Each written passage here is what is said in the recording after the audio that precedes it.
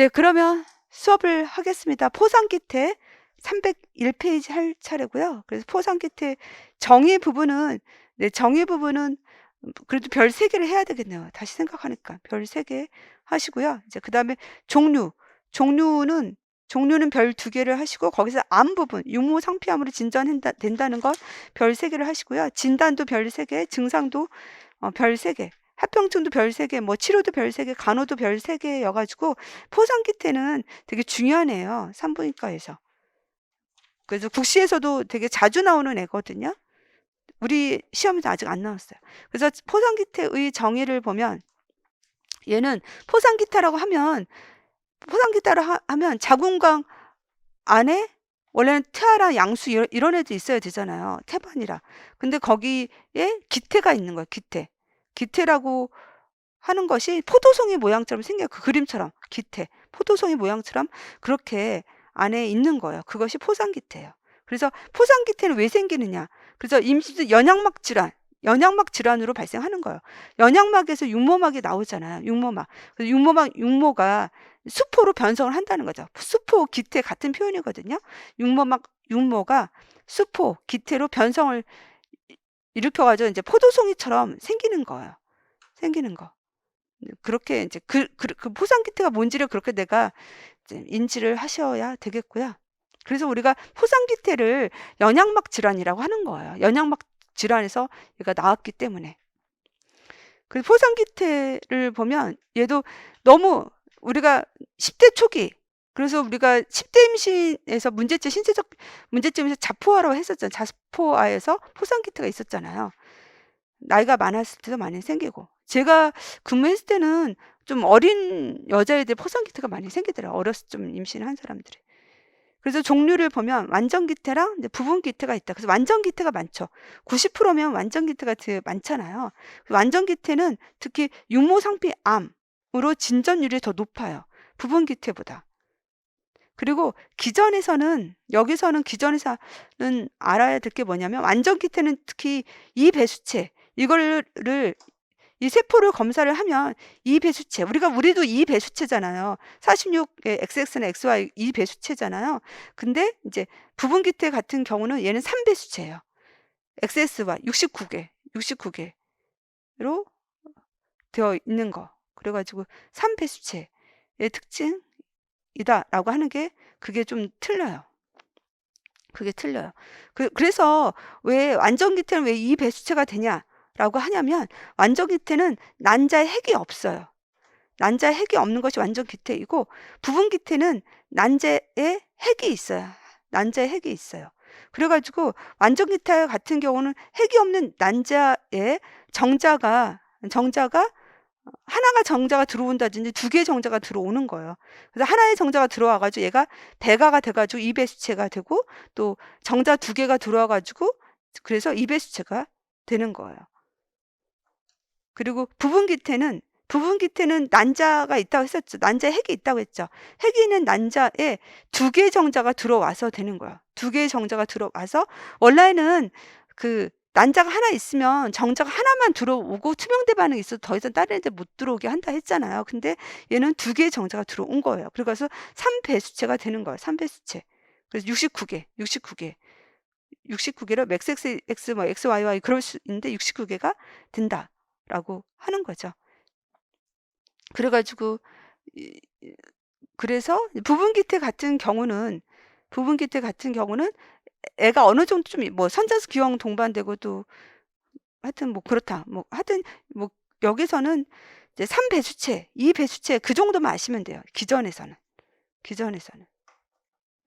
육모상피암도 발생 가능성 있다는 게 중요하고요. 다시 여기 포상기태 이야기를 하면, 포상기태 초기 출혈에 포상기태가 있다고 해서 포상기태가 뭐냐? 정의 부분. 그리고 이제 분류하는 거. 포상기태는 연양막 질환이 있어요. 연양막 질환에서 나와가지고 이 육모가 기태로 된 거예요. 기태. 포도송이 같이 그렇게 된 것을 포상기태다. 그래서 이제 우리가 연양막 질환이다라고도 이야기를 하는 거예요. 그래서 우리가 이제 포상기태는 완전기태가 있고 이제 부분기태가 있댔어요. 완전기태, 부분기태. 근데 완전기태가 더 많다. 라고 했죠. 그래서 완전 기태 하면 이제 이 배수체, 이 배수체. 부분 기체는 3배수체예요. 3배수체. 왜냐하면은 왜 이제 이러냐면 조사를 하면 세포 안에는 얘는 핵이 없다고 했죠. 난자에 핵이 없어요. 얘는 난자에 핵이 있어요. 핵. 그래가지고 우리가 이제 그 핵이 있어요. 핵이 있으니까 거기엔 DNA가 있는 거거든요. DNA가 있어가지고 유전 정보가 없잖아요. 그래서 핵이 없으니까 여기에 정자가 한 마리가 들어올 수 있고 또 정자가 두 마리가 들어올 수 있는 거예요. 두 마리.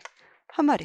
그래서 정자가 한 마리가 들어와가지고 한 마리가 들어오면 22에 뭐 X나 Y잖아요. 들어가서 얘가 2배수체가 돼가요. 얘가 2배가 돼가지고 우리가 보통 사람이 있는 44 XS XY 이렇게 되잖아요. 이렇게 된다는 얘기예요.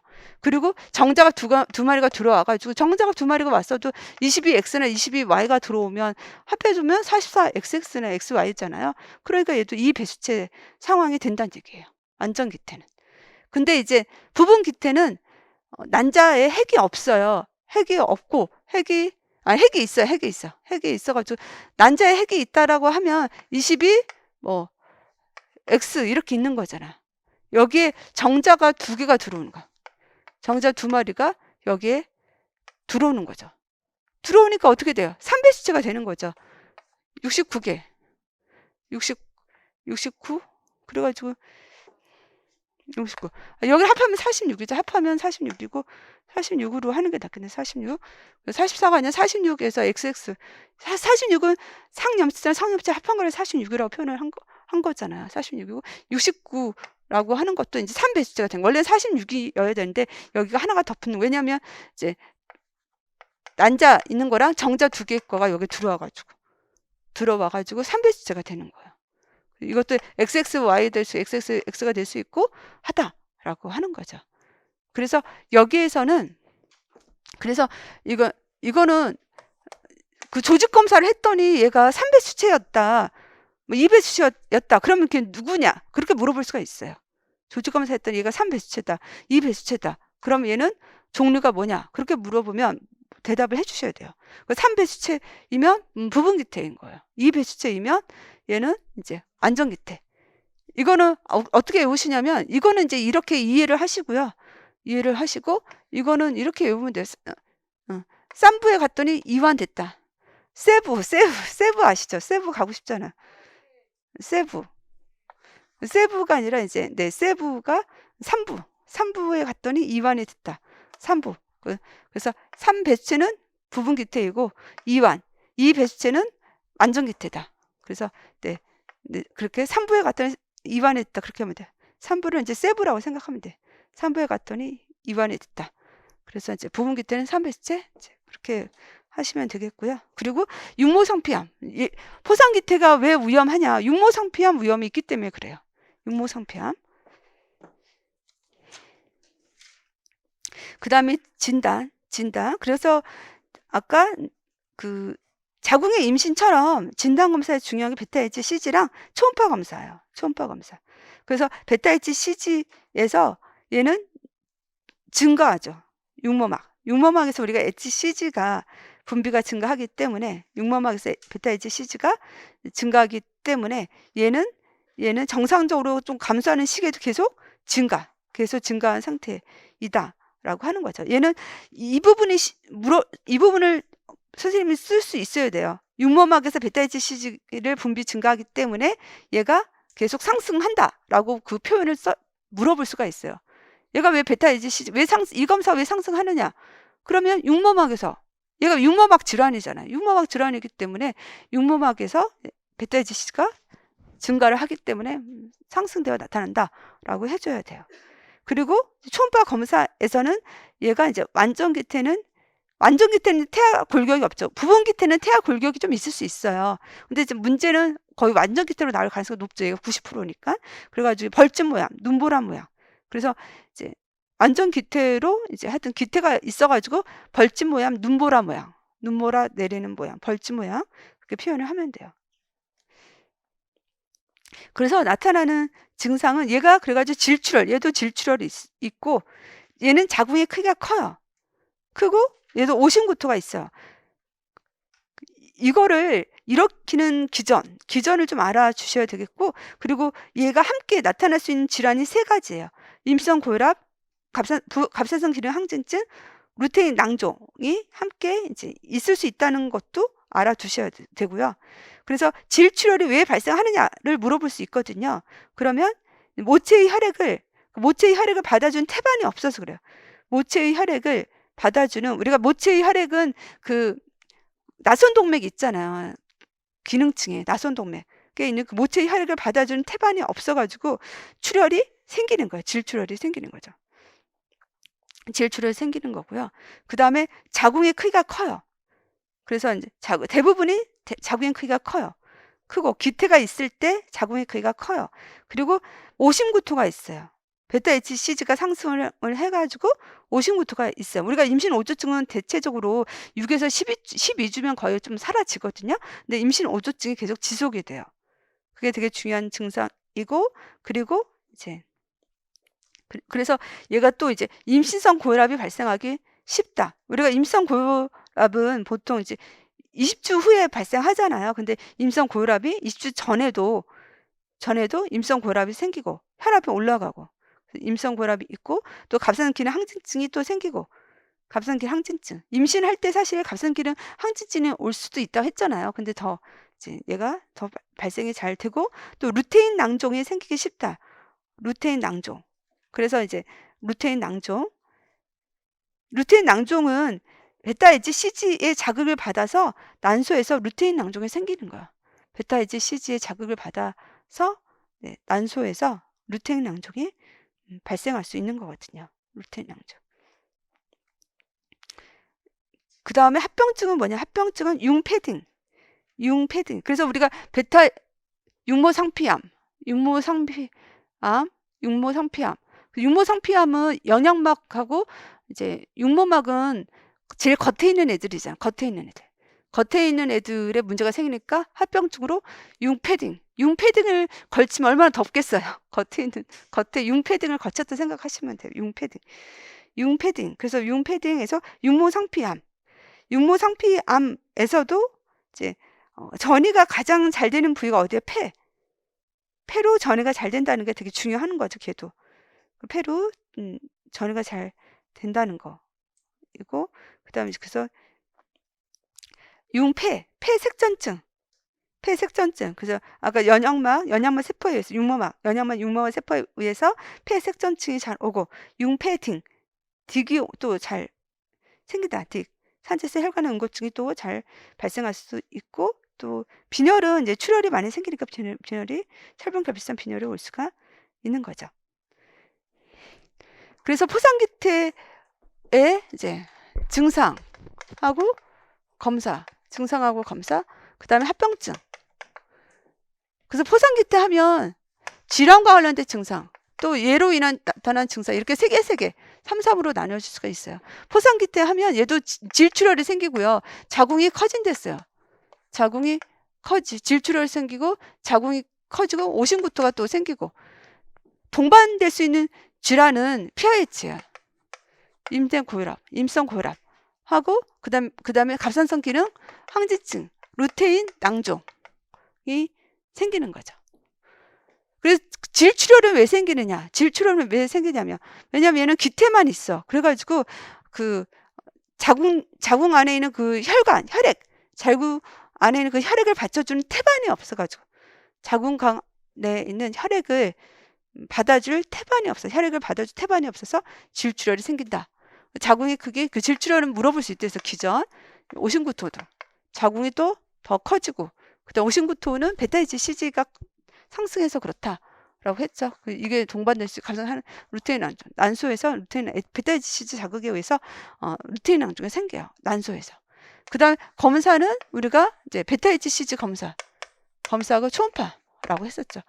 베타 HCG가 이게 계속 높다라고 했어요. 원래는 우리가 70에서 100일 이후에는 얘네들이 2, 3일 동안 2배였는데, 그 다음에는 얘가 좀 정체를 하죠. 감소를 하잖아요. 그래프 생각하지, 이렇게 감소를 하잖아요.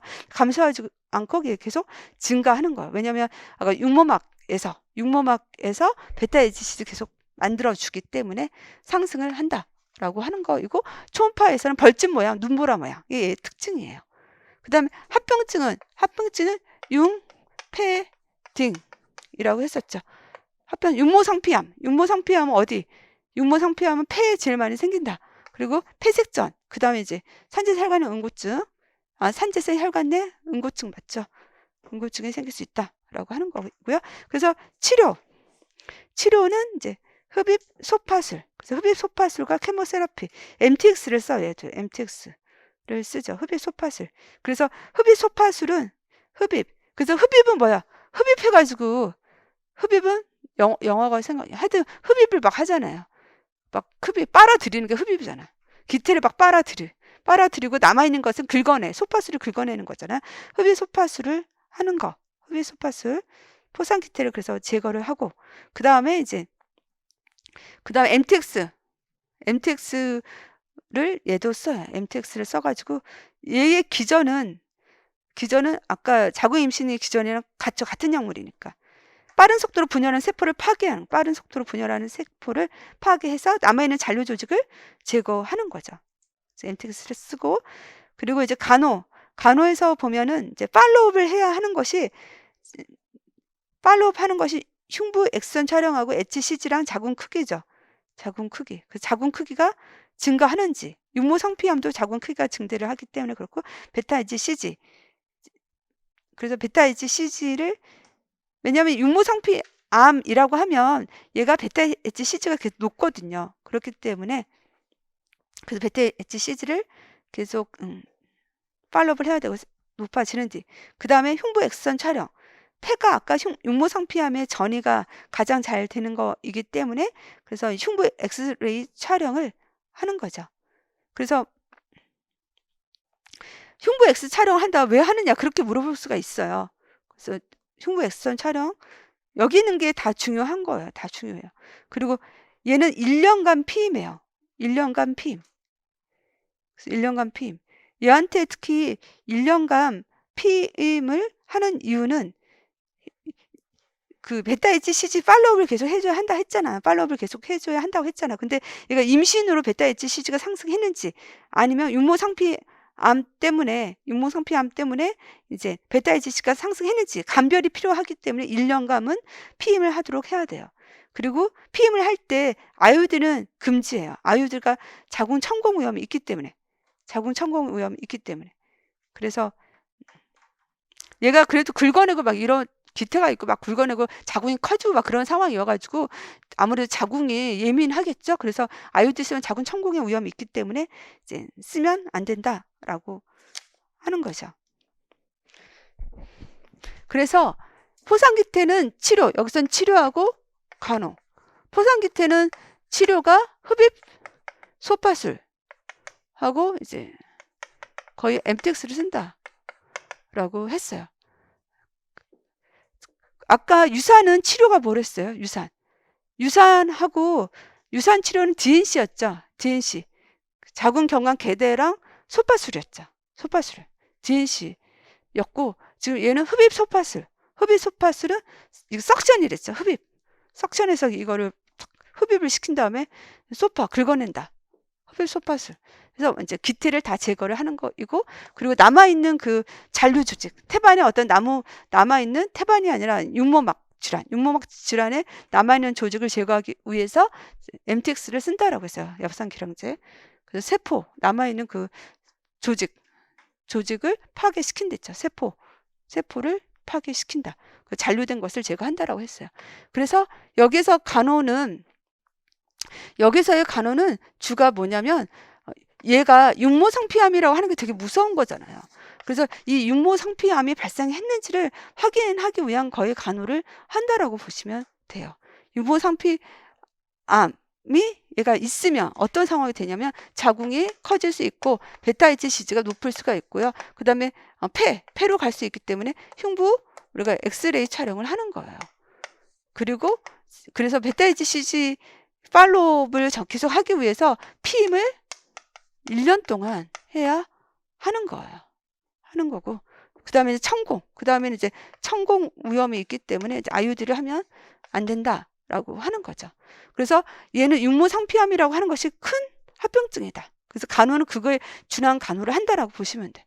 그래서 자궁 크기를 관찰하고 베타 HCG가 상승되어져 있는지를 확인해야 되고 흉부엑스에서 폐로 전이 됐는지도 봐야 되고, 그 다음에 이제 피임, 그래서 확인하기 위해서 베타 육모상피암이 발생했는지 아니 임신인지 구별하기 위해서, 구별하면 안 되니까 그걸 구별하기 위해서가 아니라 이제 임신을 하면 육모상피암인지 임신인지 확인이 어렵잖아요. 확인이 어렵기 때문에 1년 동안은 피임을 하라라고 한 거였죠.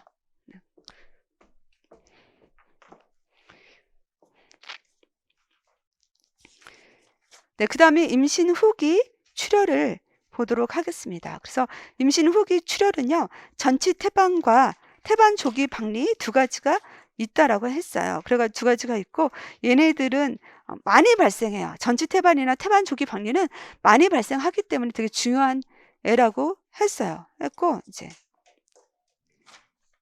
그래서 이제 뭐 사실 전치 태반이 더 나올 가능성은 크다라고 했죠.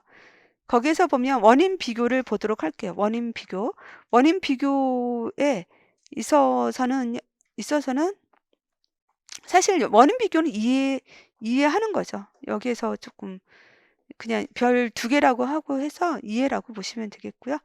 그 다음에 전치 태반의 정의는 이해이고, 그리고 증상이 중요하죠. 증상은 별 3개를 하시고요. 별 3개. 그래서 증상으로 판별도 하고 또 증상의 의미도 좀 알아야 되니까 중요하고요. 그 다음에 영향이 중요하죠. 영향. 산모, 태아 신생에 미치는 영향은 별 3개. 별 3개이고, 치료는 별 2개를 하시면 돼요. 치료 별 2개고, 분만정 간호도 별 3개. 별 3개. 그래서 분만정 간호에서 중요한 게 질검진 금지가 중요하죠. 질검진 금지가 특히 중요해요. 특히 별 3개가 돼요. 그 다음에 태반 초기 박리를 같이 좀 보도록 할게요. 태반 초기 박리는 몇 년 전에 나왔다고 했고, 태반 초기 박리는 원인 기전, 여기 원인 기전은 특히 별 2개를 좀 해주세요. 원인 기전 별 2개를 해주시고요. 그 다음에 이제 증상이 시험에 나왔었고, 증상은 별 2개. 또 물어볼 가능성은 좀 떨어져요. 별 2개를 하시고요. 그 다음에 산모 신생 영양은 별 3개죠. 별 3개가 되겠고요. 약물에서 여기 이제 베타메타소는 되게 중요한 약물이죠. 중요한 약물이니까 별 3개를 하시고, 이제 분만 부분은 별 하나로 이해라고 보시면 돼요.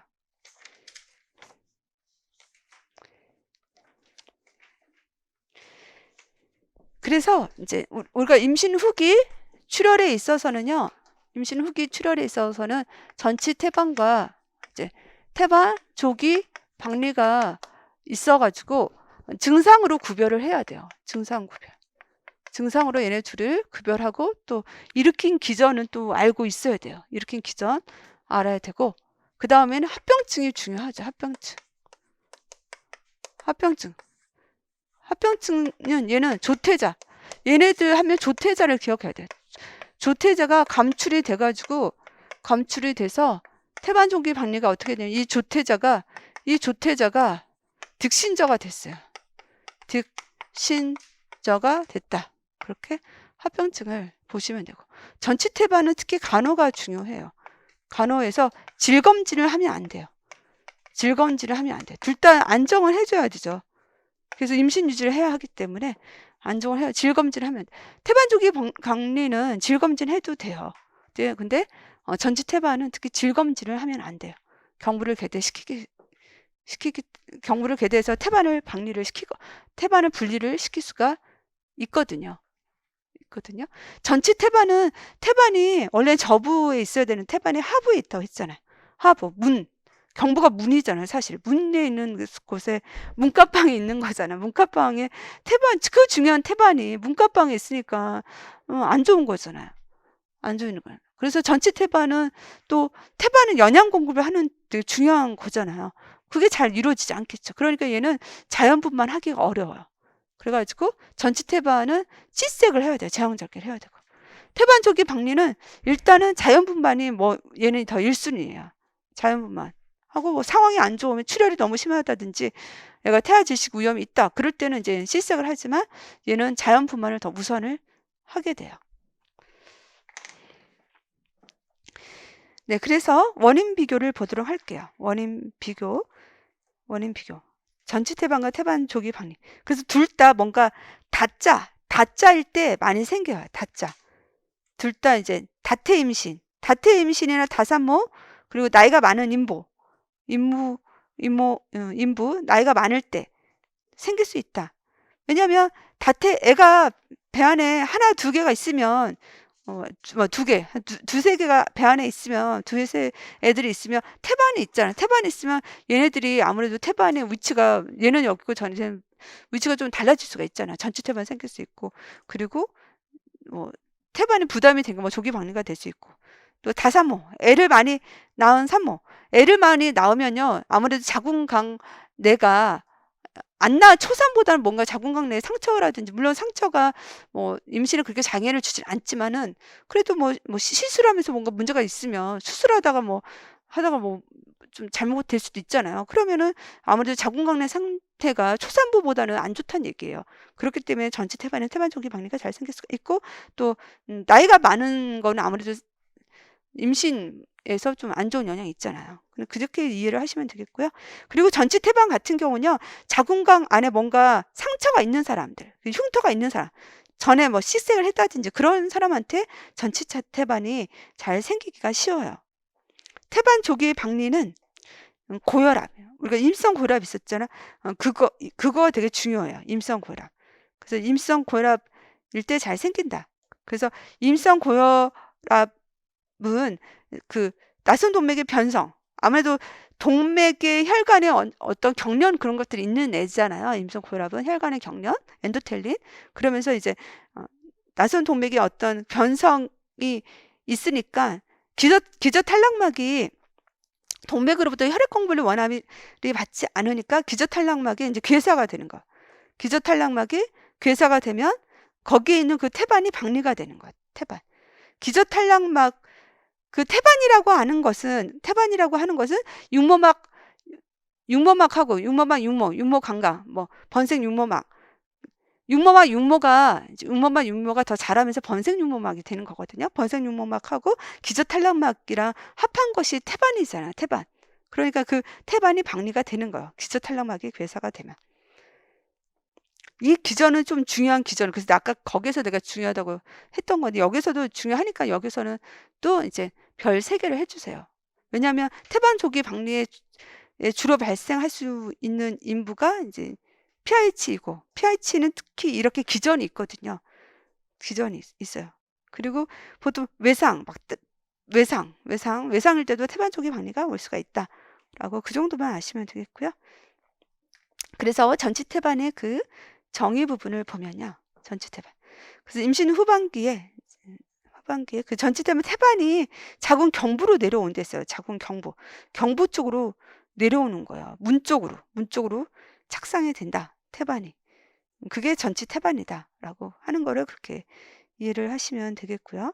그래서 이제 전치 태반의 그 증상에서 이제 무통성 질출혈. 그래서 전치 태반은 통증이 없다고 했어요. 얘는 무통성 질출혈이고, 태반 조기 박리는 걔는 질출혈이 있는데 걔는 통증이 있다라고 했어요. 그래서 전치 태반은 질출혈에 통증이 없다, 무통성 질출혈이다. 그래가지고 특히 왜 질출혈이 왜 생기느냐, 그거는 중요하죠. 그거 기전을 물어볼 수 있다고 했어요. 임신 말기에 자궁 경부의 거상이나 괴다 등의 변화로, 자궁 경부는요, 얘가 이제 임신 말기 분만할 때 자궁 경부가 이제 거상 올라가요. 자궁 경부가 한 2cm 되거든요. 2cm 되는 자궁 경부가 점점 작아져요. 크기가. 그걸 거상이라고 표현을 해요. 짧아져요. 거상이 되고, 그 다음에 열려요. 괴대. 원래는 닫혀 있어야 되는데 이제 분만 때가 되면 얘가 열리거든요. 완전계대는 10cm예요. 10cm가 완전계대, 분만치는 완전계대 10cm거든요. 그래서 이제 계대 등의 변화가 돼가지고 이제 태반의 일부가 이제 분리가 되는 거야. 태반의 일부가 분리돼서 발생한다.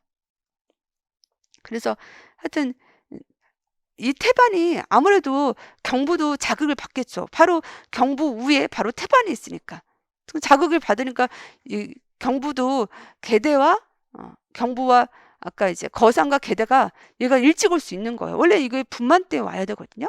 그래가지고 이제 경부의 거상과 계대 등의 변화가 있으면 그 위에는 태반도 분리가 된다니까. 분리가 돼서 출혈이 생긴다.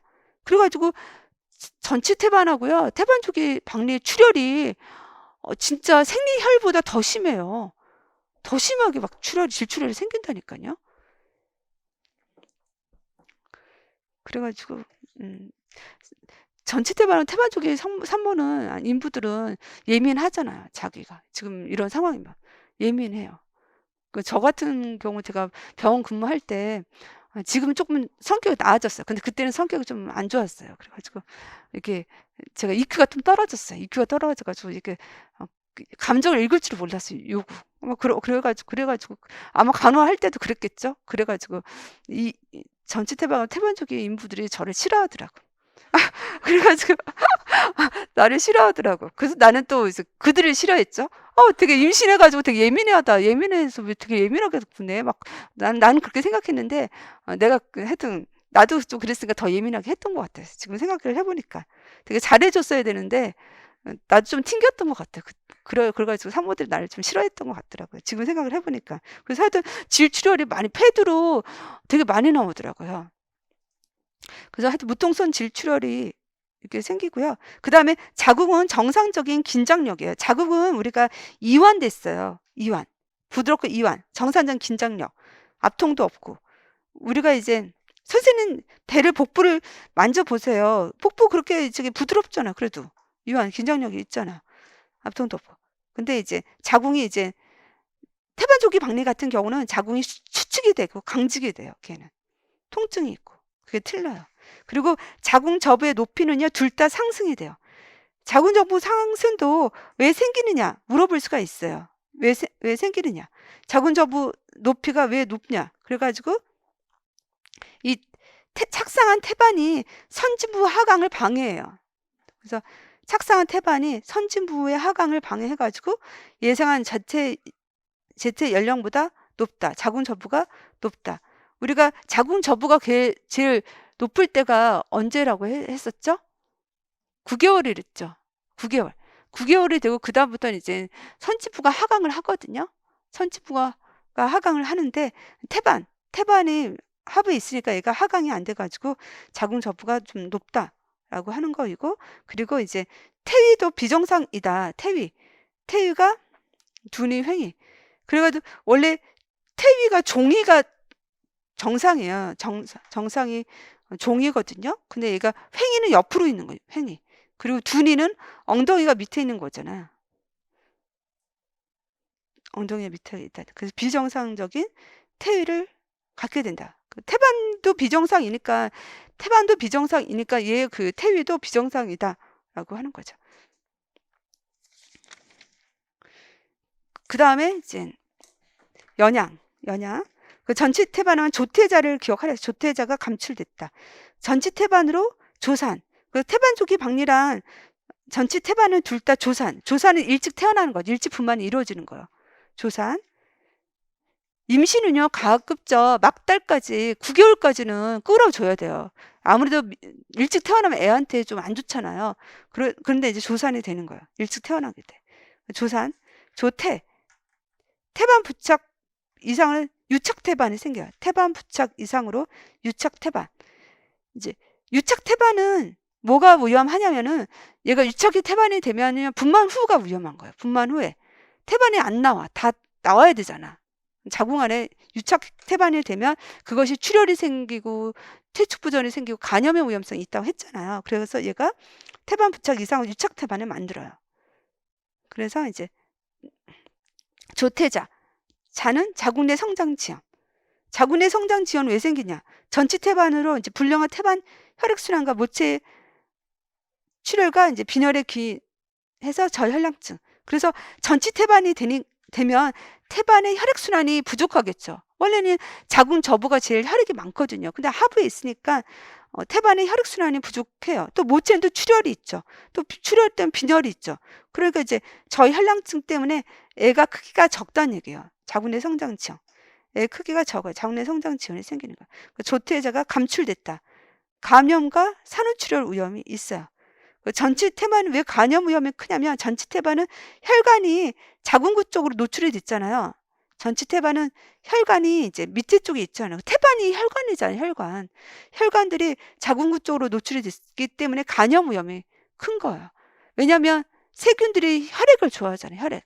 그러니까 감염 위험이 증가를 하고, 그리고 이제 산후출혈이 위험이 크다는 거야. 감출은 산후출혈 위험. 아까 산후출혈은 위험은 지금 특히 두 가지 때문에 그래요. 두 가지. 하나는 아까 유착태반 하고요. 그다음에 수축력이 부족한 것 때문에 두 가지 때문에 그래요. 수축력이 부족한 거 하고 유착태반 때문에 그래요. 이제 유착태반이 되니까 태반이 안에 고여가지고, 태반 고인 게 아니라 나오지 못해가지고 산후출혈이 생기고, 그리고 자궁 하부에는 수축력이 없어요. 수축력은 자궁 저부에 있거든요. 그렇기 때문에 자궁 하부에 수축력이 없기 때문에 근육이 수축해야만 그 근육 안에 있는 혈관들이 지혈이 되는 거거든요. 지혈이 되는 거예요. 근데 이제 하부에는 수축력이 없어가지고, 그래가지고 혈관이 지혈이 안 되는 거예요. 그래서 출혈이 더 생긴다. 산후출혈이 생긴다라고 하는 거죠. 그게 중요한 거예요. 여기서 미치는 영향에서 특히 산후출혈이 되게 중요해요. 산후출혈이 네, 아주 중요한 거예요. 특히 내가 물어보면 산후출혈을 물어보고 싶어요. 그래서 이제 치료는 제왕절개술을 한다. 치료는 제왕절개술. 그래가지고 이제 여기 보면 제왕절개술이죠. 37주 이후에는 제왕절개술을 한다. 왜냐면 전치 태반이 밑으로 있는 상황에서는 자연분만이 어려워요. 자연분만은 몇 시간 걸려요. 몇 시간 걸리는데 태반이 혈액 공급이 잘 안 되잖아요. 혈액 공급이 잘 안 하고, 밑에 태반이 있으면 애가 어떻게 나와요?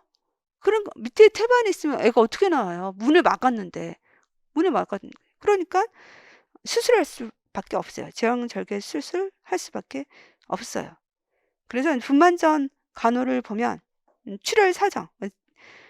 그래서 전치 태반 임무는 출혈이 심해서 저혈량 쇼크. 출혈이 왜 심하다고 했어요? 아까 출혈? 태반을 분리시켜가지고 그게 출혈이 되게 중요하다 했어요. 얘는 출혈의 기전이 중요하다고 했고, 그 다음에 이제 그래서 침상 안정 해가지고 이제 계속 베드레스트 시켜요. 침상 안정. 출혈이 조절되고 자궁 내 이제 성숙 시간, 태아를 계속 성숙하게 해야 되잖아요. 자궁 내 성숙 시간을 주도록 해야 돼요. 침상 안정을 해줘야 되고, 또 질검진 금지가 되게 중요하대요. 질검진 금지. 그 이유가 되게 중요하죠. 그 이유. 그래서 손가락이나 질경으로 경부 계대를 자극하면 태반이 분리. 경부 계대를 자극해서 계대가 자극이 되면 태반이 분리, 다량의 출혈.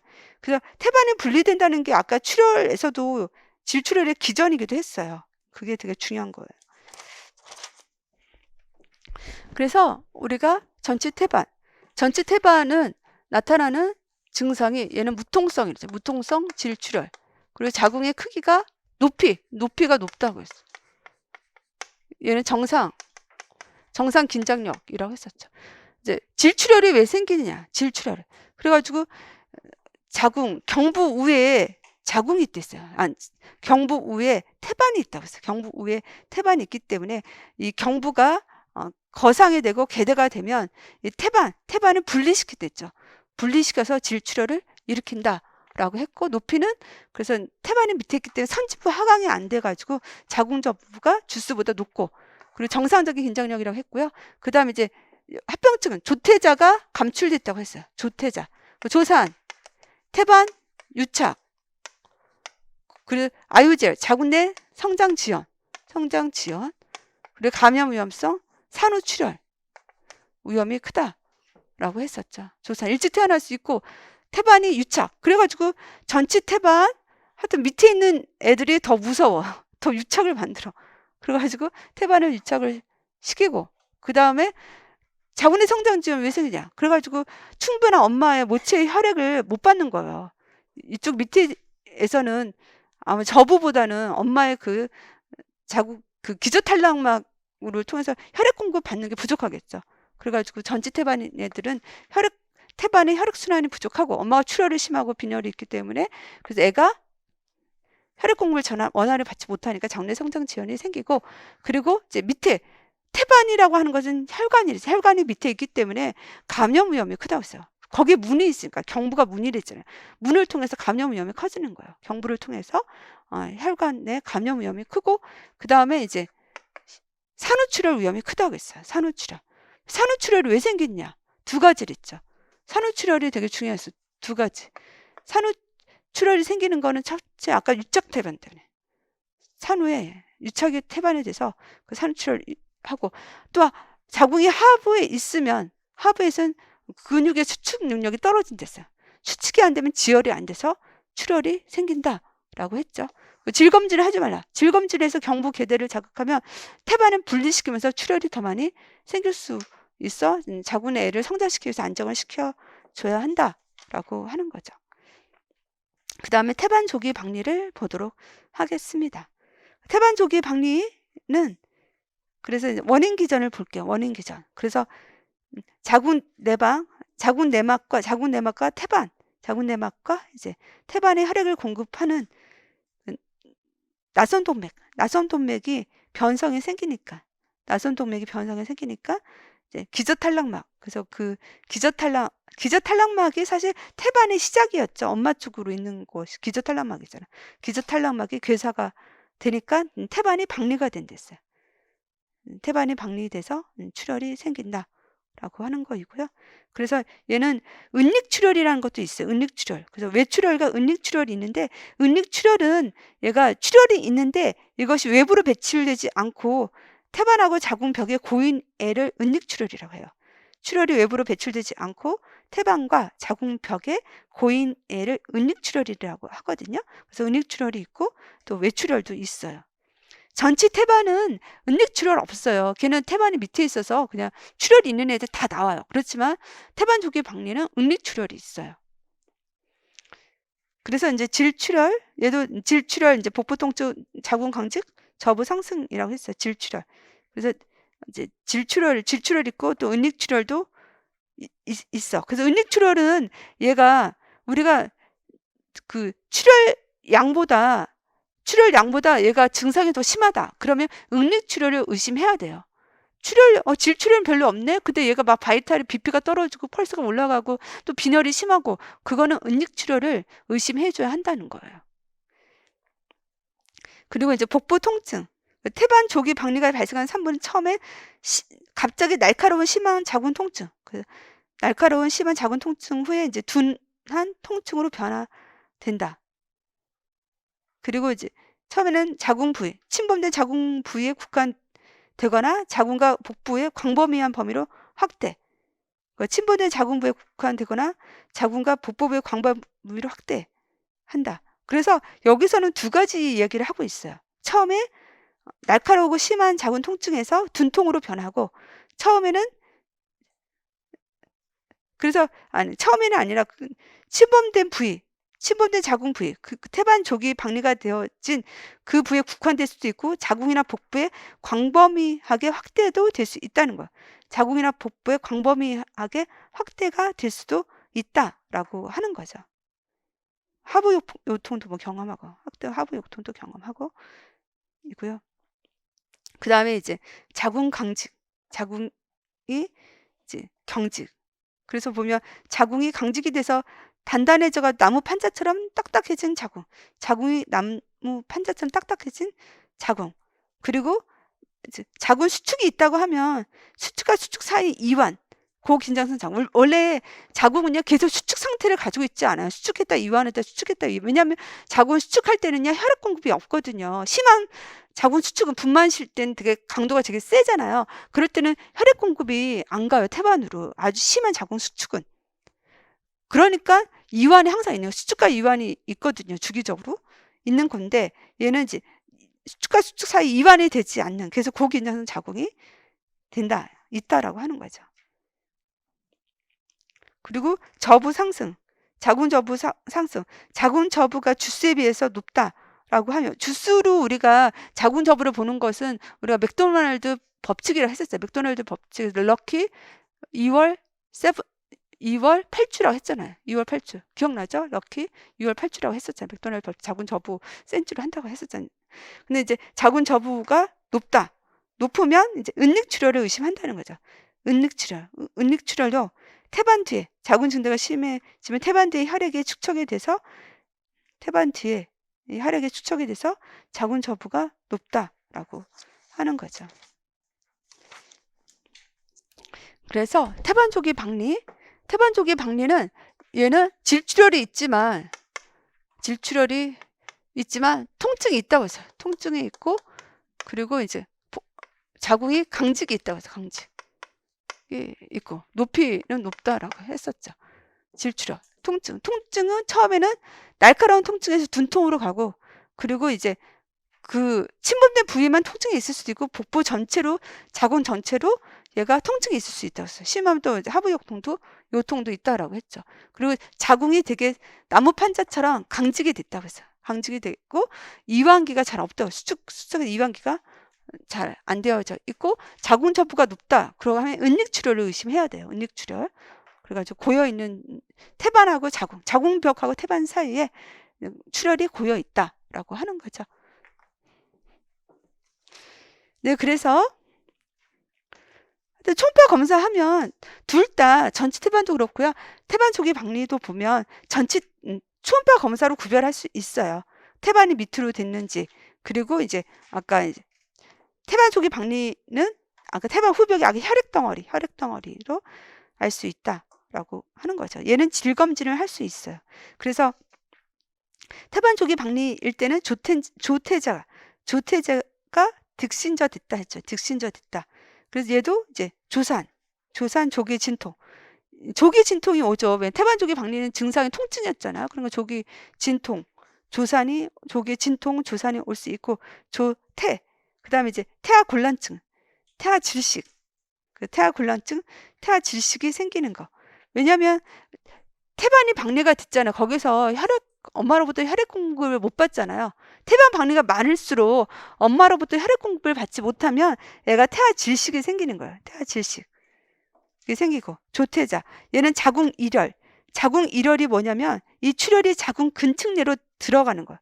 이 출혈이 자궁 근층 내로 스며 들어가지고요. 자궁이 약간 멍든 것처럼 된 것이 자궁 일혈이에요. 자궁이 멍든 것처럼 푸르스름한 거. 그리고 먹는 것처럼 푸르스름하고 자궁이 나무 판자처럼 딱딱해지는 거죠.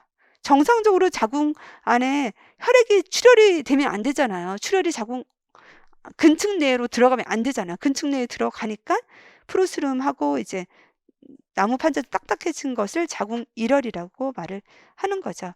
그 조태자가 득신저가 됐다. 득신저. 네, 파종성 혈관의 응고증, 산재성. 네, 파종성 혈관의 응고증.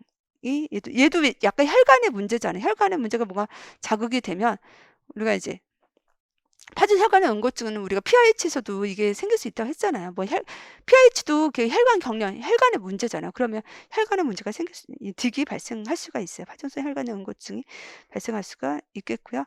득신저, 신부전, 뇌하수체 괴사, 허혈. 얘도 출혈이 심해가지고요. 출혈이 심해서 허혈로 인해서 신부전이 생기고, 뇌하수체 괴사가 된 게 시한증후군. 이것도 시험에 나왔어요. 시한증후군. 뇌하수체 괴사가 된 것이 시한증후군이거든요. 그래서 산후출혈에 의해서 뇌하수체 허혈성 괴사가 생기는 거예요.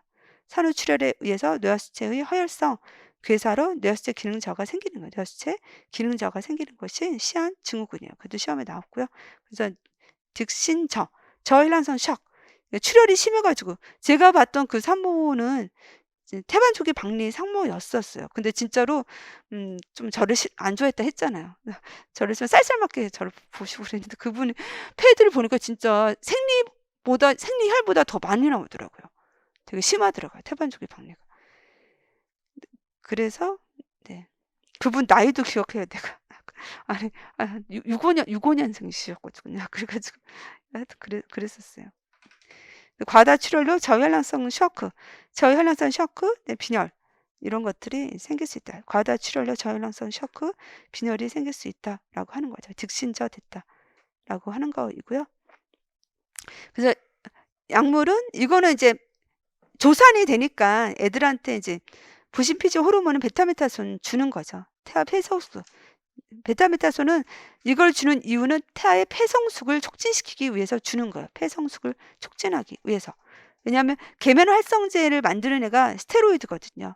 계면 활성제를 만드는 애가 스테로이드예요. 그래가지고 폐성숙을 촉진을 시키는 거예요. 그래서 보통 이제 24, 33주 주수는 중요하지 않아. 24나 뭐 33주 투여하는 거는 중요하지 않아. 적어도 분만 24전에 투여를 해야 폐성숙이 되겠죠.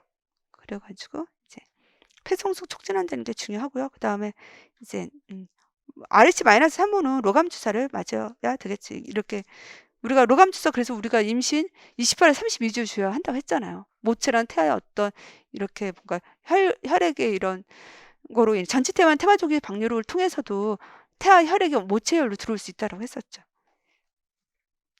그래서 얘는 분만이 질식분만을 한다고 했어요. 얘는 전치태반하고 다르다고 했죠. 그 출혈이 심하지 않고 경관계대가 진행되고 하강이 진행되면 이제 질식분만을 하고, 근데 이제 심한 태아 질식이 심한 출혈, 응고장애 있을 때는 이제 제왕절개를 한다라고 하는 거죠. 왜냐하면 우리가 자연분만이라고 하는 것은 몇 시간이 걸리기 때문에 얘가 이제 질식이 되면 안 되거든요. 그럴 위험이 있을 때는 이제 C색을 한다라는 거죠. 그래서 이제 얘는 조산, 태아 질식, 그 다음에 이제 조산하고 자궁 조기 진통이 있었고요.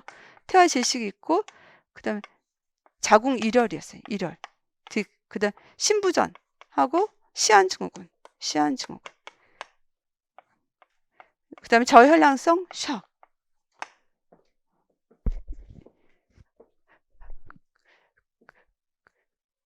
그래서 태반 조기 박리는 그 임신 때 출혈이 많아요. 태반 조기 박리는 진짜 콸콸 나. 진짜 심하게 나요. 태반 조기 박리는 임신 때 출혈이 많고요. 전치 태반은 계대만 자극하지 않으면, 경부 계대만 자극하지 않으면 질출혈이 심하진 않아요. 않을 수 있어요. 전치 태반은. 근데 전치 태반은 얘는 산후출혈이 더 위험해요.